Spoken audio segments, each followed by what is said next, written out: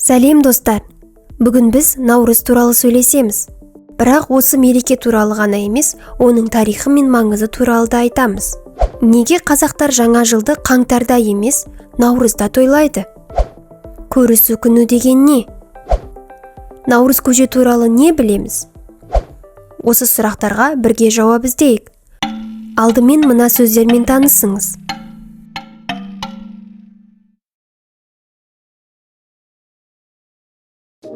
Бүгін студиямызда екі қонақ отыр. Амансыздар ма? Қайырлы күн.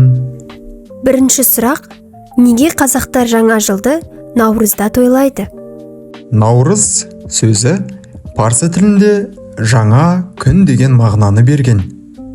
Табиғат үшін қыс өлім болса, көктем қайта тірілу.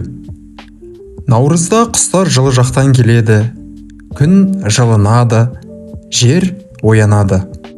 Қыста түн ұзақ, көп уақыт қараңғы болады. Жазда керісінше, күн ұзақ, көп уақыт жарық болады. Шамамен Наурыздың 21-22-сінде күн мен түн тең түседі. Сондықтан қазақтар бұл күнді жаңа жыл деп санаған. Алдымен мына сөздермен танысыңыз.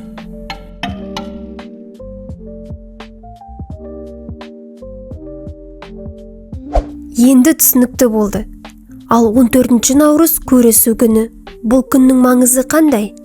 Қазақ халқы көшпенді өмір сүрген. Әр ауылдың арасы алыс орналасқан. Сондықтан қыста сыртқа шыға алмай, адамдар бір-бірін қыс бойы көрмеген. Сондықтан көктемде қайта көрісу үлкен қуаныш болған. Наурыз айы басталып, күн жылғанда адамдар қыстан аман қалғандарына рахмет айтады. Әрі бір-біріне жаңа жасың құтты болсын деп айтады. Бұрын Наурыздың барлық күні көрісу мерекесі болған. Қазір бұл күнді тек бір күнге қойды. Алдымен мына сөздермен танысыңыз.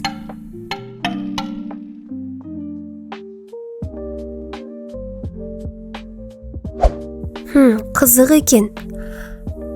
Ал енді Наурыз көже туралы сөйлесейік. Көже деген не өзі? Аңыз бойынша, бір жыл қыс өте қатты болып, адамдар сыртқа 3 ай шықпаған. Наурыз келгенде әркім үйінде бар затты қазанға салып, бүкіл ауыл бірге тамақ ішкен. Егер тамақтың суы көп болса, ол сорпа болады. Ал сорпада дәнді дақыл, бидай, тары, күріш болса, ол көже болады. Иә, осы Наурызда ішетін көжеге қосылатын заттар су, тоз, май, ет, дәнді дақыл, сүт өнімдері, айран немесе құрт, ұн өнімдері, кеспе не нан. Санап отырмын, Наурыз көженің құрамында 7 зат бар екен. 7 саны қасиетті сан. Сондықтан Наурыз көжені ішкен адам бір жыл аш болмайды. Алдымен мына сөздермен танысыңыз.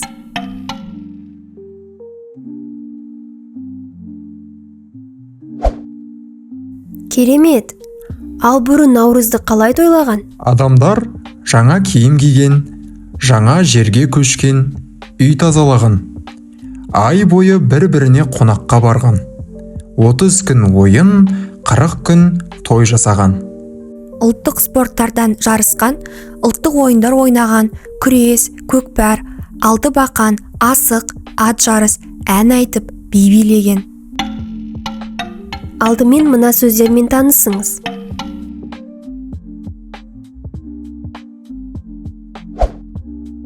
Бірақ мен білсем, бір кезеңде Наурыз мерекесі тойланбады. Неге?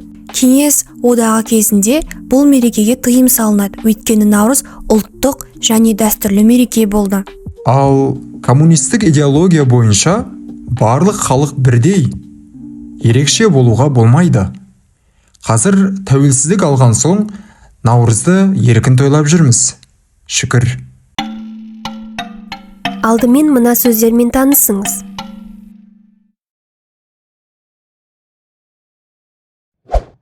Ал бүгінде біз Наурызды қалай тойлаймыз?